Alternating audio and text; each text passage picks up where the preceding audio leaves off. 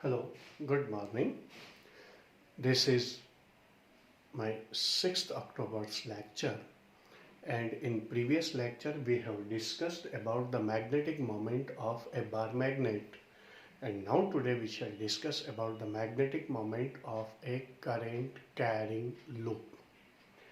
आज की क्लास में हम लोग magnetic moment of A current carrying loop के बारे में डिस्कस करेंगे। तो जब भी हम लोगों के पास कोई भी एक करंट कैरिंग लूप हम लोग लेंगे, कोई भी एक लूप हम लोगों ने कंसीडर किया और उसमें करंट फ्लो हो रहा है, तो इसके अंदर क्या होगा कि अगर मान लो हम लोग इसके ये वाला कोई भी लूप है, इस तरह का लूप है, ये इस तरह का, इस लूप के अंदर करंट इस तरह से फ्लो हो रही है, तो ऊपर वाले सरफेस के अंदर ये एंटी क्लॉकवाइज हुई, तो ऊपर वाला सरफेस इसमें नॉर्थ पोल की तरफ बिहेव करेगा, और नीचे वाला जो सरफेस है, यही लूप का नीचे वाले सरफेस से अगर हम लोग देखेंगे तो ये क्लॉकवाइज देखेंगे, और क्लॉकवाइज देखेंगे तो ये वाला जो सरफेस है वो साउथ पोल की तरफ बिहेव करेगा। तो करेंट कैरिंग लूप एक इनफाइनाइटेसिमल स्मॉल सेपरेशन का बार मैग्नेट होगा, यानी कि जिसके अंदर एक सरफेस, जैसे मान लो ऊपर वाला सरफेस है नॉर्थ पोल है, तो नीचे वाला सरफेस साउथ पोल की तरफ बिहेव करेगा, और इनफाइनाइटेसिमल स्मॉल सेपरेशन वाले बार मैग्नेट की तरफ बिहेव करता है, नेट मैग्नेटिक मोमेंट पॉसेस करेगा। और ये जो मैग्नेटिक मोमेंट है वो तीन चीज़ों पे डिपेंड करेगा। नंबर 1, नंबर ऑफ टर्न्स जो आपके पास इसके अंदर लूप के अंदर होंगे, 1 है तो 1 2 3 4 वो, दूसरा एरिया ऑफ लूप, और तीसरा magnitude of current flowing through the loop. इस तरह से हमारे पास मैग्नेटिक मोमेंट इसके अंदर होगा। तो कोई भी करंट कैरिंग लूप का एक सरफेस नॉर्थ पोल और दूसरा सरफेस साउथ पोल की तरफ बिहेव करता है, और ये एक ऐसे बार मैग्नेट की तरफ बिहेव करेगा जिसके magnetic poles infinitesimal small separation के हैं, या इनफाइनाइटेसिमल स्मॉल लेंथ के बार मैग्नेट की तरह यह करंट कैरिंग लूप बिहेव करेगा, मैग्नेटिक मोमेंट पासेस करेगा, और उसी की वैल्यू हम लोगों को कैलकुलेट करनी है। तो हमारे पास इसके अंदर जो वैल्यूज हमारे पास इसके अंदर रहेगी वो इस तरह से रहेगी। Magnetic moment of A bar magnet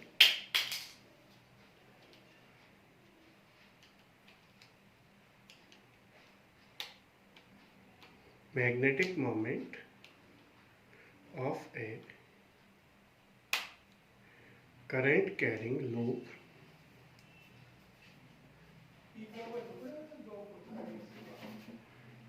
a current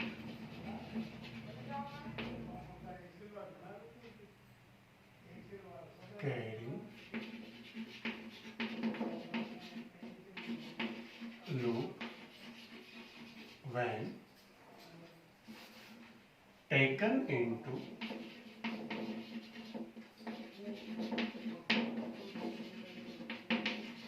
consideration its one surface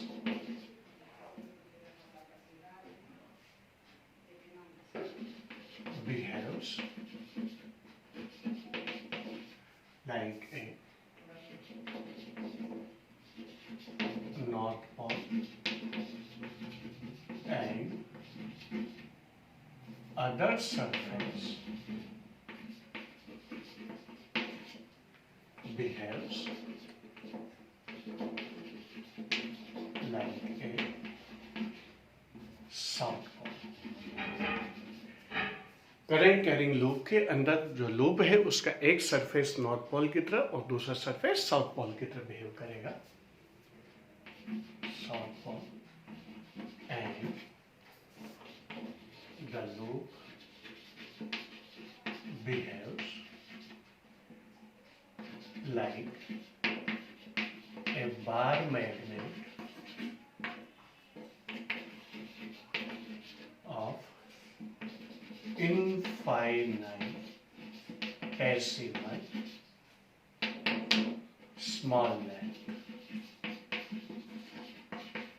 यानी दोनों पोल्स का जो सेपरेशन है वो इनफाइनाइटेसिमल स्मॉल लेंथ होगी, या मैग्नेटिक जो बार मैग्नेट होगा उसकी जो मैग्नेटिक लेंथ है वो इनफाइनाइटेसिमल स्मॉल लेंथ होगी,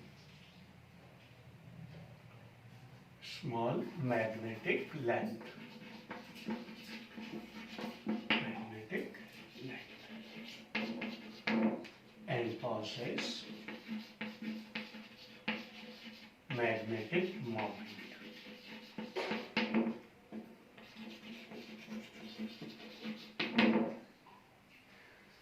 और एक नेट मैग्नेटिक मोमेंट पॉसेस करेगा, यानी वो जो लूप है मैग्नेटिक प्रॉपर्टीज शो करेगा, जितनी मैग्नेटिक प्रॉपर्टीज है वो सारी मैग्नेटिक प्रॉपर्टीज वो शो करता है।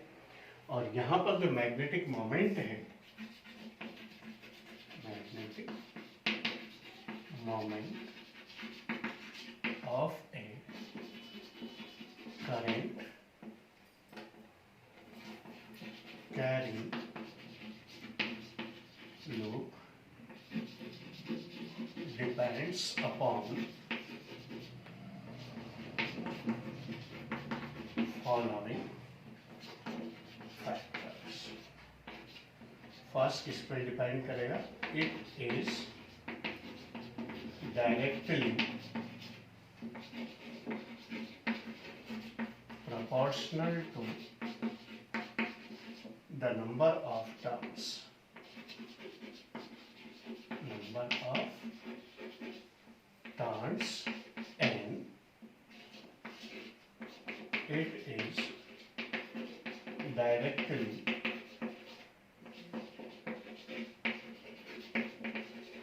proportional to the area of loop,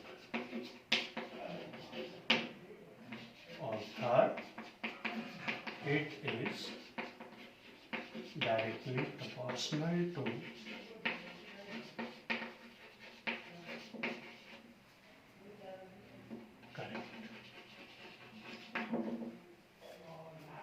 current I, area of loop ए और करंट आई के ऊपर डिपेंड करेगा। Means m is directly proportional to number of turns, area of coil and current flowing through the loop। इन तीन चीजों पर depend करेगा। Proportional का sign हटेगा तो प्रोपोर्शनल कांस्टेंट आ जाएगा k n a i, और k की जो प्रैक्टिकल वैल्यू होती है वो कितनी होगी? 1। So magnetic moment will becomes is equal to n a i। किसी भी करंट कैरिंग लूप का मैग्नेटिक मोमेंट किससे दिया जाएगा? NAI से दिया जाएगा। N नंबर ऑफ टर्न्स है, A एरिया ऑफ कॉइल है, I current flowing through the loop है। इस तरह से हमारे पास इसके अंदर magnetic moment of current carrying loop consider किया जाता है। तो ये आया आपके पास magnetic moment of current carrying loop. 2-3 चीजें आप लोगों को इसके अंदर ध्यान रखनी। पहली चीज कि कोई भी करंट कैरिंग लूप का एक सरफेस, मान लो ऊपर वाला सरफेस के अंदर करंट फ्लो एंटी क्लॉकवाइज है तो वो सरफेस किसकी तरह बिहेव करेगा? नॉर्थ पोल की तरह। तो नीचे वाला जो सरफेस है वो साउथ पोल की तरह बिहेव करेगा। और इस तरह से ये एक इनफाइनाइटेसिमल स्मॉल मैग्नेटिक लेंथ के बार मैग्नेट की तरह बिहेव करेगा, क्योंकि नॉर्थ पोल भी हो गया, साउथ पोल भी हो गया। सेपरेशन इनफाइनाइटेसिमल स्मॉल सेपरेशन मान लिया हमने। इस तरह से ये एक बार मैग्नेट की तरह बिहेव करेगा और मैग्नेटिक मोमेंट पॉसेस करेगा। वो मैग्नेटिक मोमेंट 3 चीज़ों पर डिपेंड करता है, number of turns, area of loop और आई करंट जो लूप के अंदर फ्लो हो रही है उसकी। और इस तरह से magnetic moment of current carrying loop आपके पास कितना जाएगा? NAI। सेकंड जो आपके पास आता है वो आता है magnetic moment, magnetic moment of a revolving electron in its orbit। Magnetic moment of a revolving electron in its orbit। few seconds में आप लोगों को इसके दे देता हूँ ताकि आप लोग नोट कर लें। then after we shall move to this next topic।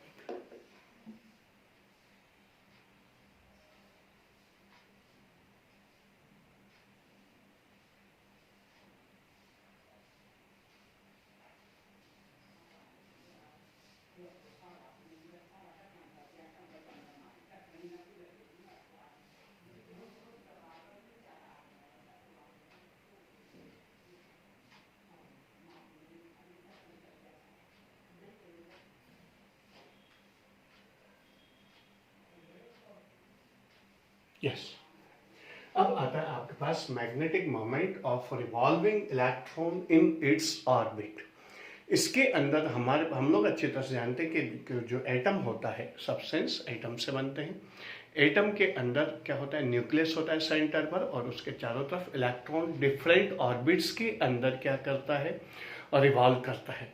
तो जब कोई भी इलेक्ट्रॉन किसी ऑर्बिट के अंदर रिवॉल्व करेगा, जैसे मान लो ये एक ऑर्बिट है और ये एक इलेक्ट्रॉन है जिसका चार्ज अपन E कंसीडर करते हैं, वो v वेलोसिटी से रिवॉल्व कर रहा है और ऑर्बिट की रेडियस कितनी है, r है। तो ये इलेक्ट्रॉन मान लो आपके पास इस तरह से क्लॉकवाइज डायरेक्शन के अंदर रिवॉल्व कर रहा है। तो कोई भी इलेक्ट्रॉन जब एक जगह से दूसरी जगह ट्रैवल कर रहा होता है तो वो उसके अपोजिट डायरेक्शन के अंदर करंट कॉन्स्टिट्यूट करता है। मींस अगर मान लो इलेक्ट्रॉन आपके पास क्लॉकवाइज के अंदर रिवॉल्व करता है तो एंटी क्लॉकवाइज डायरेक्शन के अंदर करंट कॉन्स्टिट्यूट होगी, और अगर मान low electron anti clockwise direction के अंदर अगर मूवमेंट करता है तो क्लॉकवाइज डायरेक्शन के अंदर इसमें करंट कॉन्स्टिट्यूट होती है। मान लो ये एक क्लॉकवाइज डायरेक्शन में है तो इसमें करंट कॉन्स्टिट्यूट कौन सी होगी, एंटी क्लॉकवाइज डायरेक्शन के अंदर इसके अंदर करंट इसके अंदर कॉन्स्टिट्यूट होती है। ये तो है मोशन ऑफ इलेक्ट्रॉन और ये है आपके पास करंट। तो इलेक्ट्रॉन के नेगेटिव चार्ज होने की वजह से जो करंट कॉन्स्टिट्यूट होगी वो कॉन्स्टिट्यूट किधर होगी, उसके जस्ट अपोजिट डायरेक्शन के अंदर होगी। और अगर करंट कॉन्स्टिट्यूट अपोजिट डायरेक्शन में है तो वो जो ऊपर वाला जो सरफेस होगा ऑर्बिट का, वो सरफेस किसकी तरफ बिहेव करेगा, नॉर्थ पोल की तरफ बिहेव करेगा। तो अपोजिट जो सरफेस है वो ऑटोमेटिकली किसकी तरफ बिहेव कर जाएगा, साउथ पोल की तरफ बिहेव कर जाएगा। क्यों? क्योंकि अगर दूसरे सरफेस से हम लोग उसे ऑब्जर्व करते हैं इलेक्ट्रॉन को, तो उसकी अगर मान लो ऊपर से हमारे पास क्लॉकवाइज थी तो नीचे से एंटी क्लॉकवाइज हमें ऑब्जर्व होगी, तो करंट कॉन्स्टिट्यूट क्लॉकवाइज डायरेक्शन में ऑब्जर्व होगी। तो वो एंड जो है वो किसकी तरफ बिहेव करेगा, साउथ पोल की तरफ बिहेव करेगा। और इस तरह से आपके पास क्या हो जाएगा कि जो रिवॉल्विंग इलेक्ट्रॉन है अपने ऑर्बिट के अंदर, वो एक करंट कैरिंग लूप की तरफ बिहेव कर जाता है। और जब वो करंट कैरिंग लूप की तरफ बिहेव करेगा तो ऐसी सिचुएशन के अंदर क्या होगा कि हमारे पास जो इलेक्ट्रॉन है वो लूप की तरफ बिहेव करेगा, तो इनफाइनाइटेसिमल स्मॉल सेपरेशन के बार मैग्नेट की तरफ बिहेव करता है और मैग्नेटिक मोमेंट पॉजेस करता है। इलेक्ट्रॉन जब रिवॉल्व करेगा तो अपने उस सर्कुलर मोशन के अंदर रिवॉल्व करेगा तो करंट कैरिंग लूप की तरफ फॉर्म होगा और करंट कैरिंग लूप बनाएगा, और वो फिर इनफाइनाइटेसिमल स्मॉल सेपरेशन के बार मैग्नेट की तरफ बिहेव करता है। तो हमारे पास when electron revolves in its orbit,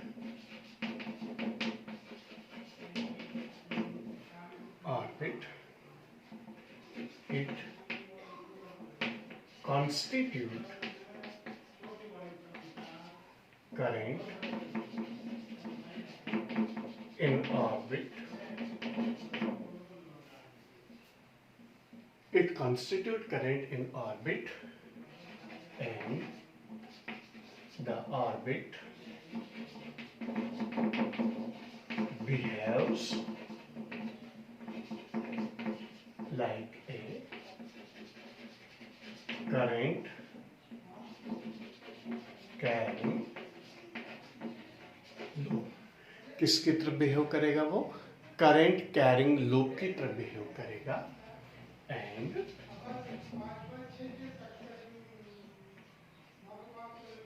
further behaves like a bar magnet, further behaves like a bar magnet of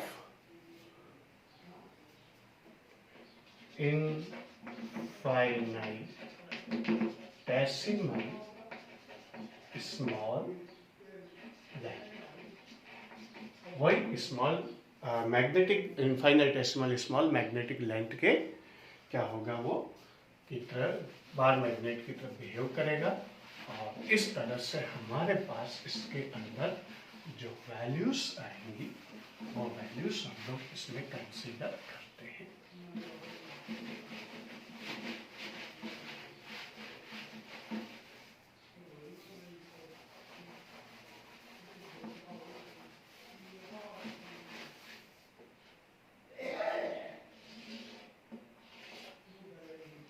तो जब ये बार मैग्नेट आपके पास जो ऑर्बिट है वो करंट कैरिंग लूप की तरह, और लूप आपके पास एक इनफाइनाइटेसिमल स्मॉल मैग्नेटिक लेंथ के बार मैग्नेट की तरह बिहेव करेगा, तो नेट मैग्नेटिक मोमेंट पासेस करेगा। And passes net magnetic moment.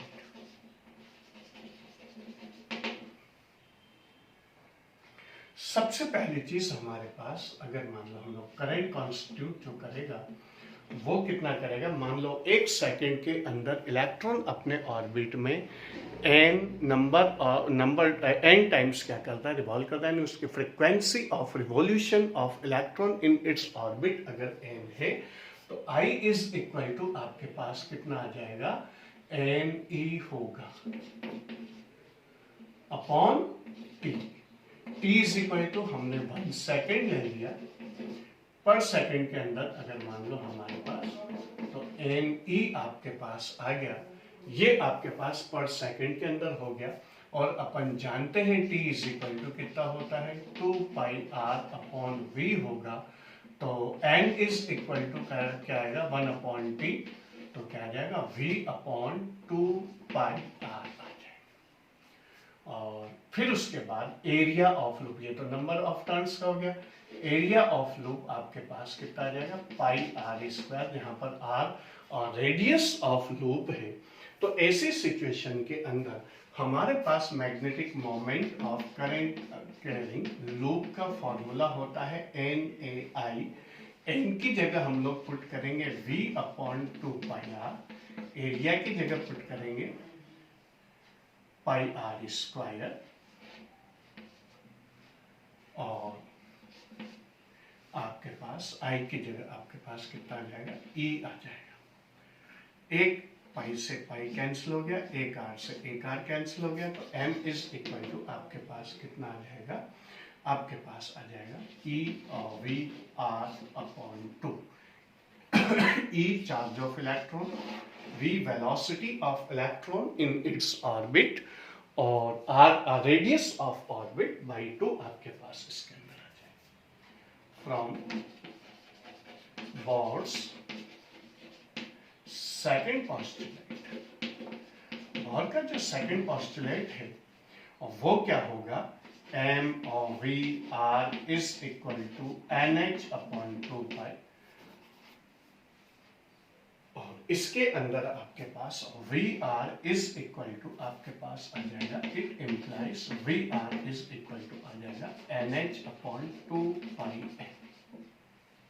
ये वैल्यू VR की जगह पुट करेंगे तो M इज इक्वल टू आपके पास आ जाएगा E बाई 2, तो एज इट इज, और NH अपॉन 2 पाई M आपके पास आ जाएगा। N आपके पास बाहर निकल जाएगा कांस्टेंट, और जो कांस्टेंट वैल्यू रहेगी वो रहेगी EH अपॉन 4 पाई M, जहां पर N आपके पास नंबर ऑफ ऑर्बिट रहेगा, E charge of electron, H Planck constant 4 pi M। तो ये जो हमारे पास EH अपॉन 4 पाई M है, इसे हम लोग म्यू बी के नाम से जानते हैं, और इससे बोला जाता है बोर्स मैग्नेटॉन। इसकी वैल्यू, E की वैल्यू 1.6 इंटू 10⁻⁻19, H की वैल्यू 6.63 इंटू 10⁻⁻34 अपॉन 4, पाई की वैल्यू 3.14, M की वैल्यू 9.1 इंटू 10⁻31। तो ये आपके पास वैल्यू आ जाएगी 9.28 into 10⁻24 ampere into metre square, आपके पास इसकी वैल्यू आएगी। तो ये चीज कहलाती है बोर्स मैग्नेटॉन। तो अगर मान लो आपके पास बोर मैग्नेटॉन की वैल्यू तो बिल्कुल फिक्स होती है 9.28 into 10⁻⁻ 24 ampere into metre square. केवल आपके पास नंबर ऑफ ऑर्बिट अगर आपके पास हो, बोर मैग्नेट्रॉन की वैल्यू कांस्टेंट है, तो हम लोग किसी की भी वैल्यू कैलकुलेट कर सकते हैं। तो इस तरह से हमारे पास ये magnetic moment of revolving electron in its orbit हुआ। फ्यू सेकंड्स में आप लोगों को दे देता हूं, एंड देन आफ्टर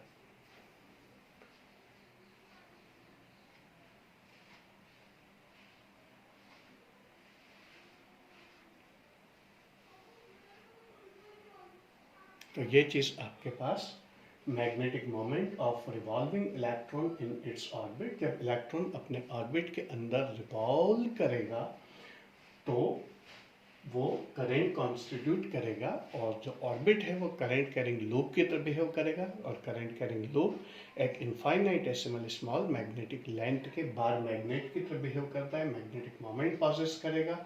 और करंट कैरिंग लूप का मैग्नेटिक मोमेंट पिछले टॉपिक में हम लोग कर चुके, NAI होता है।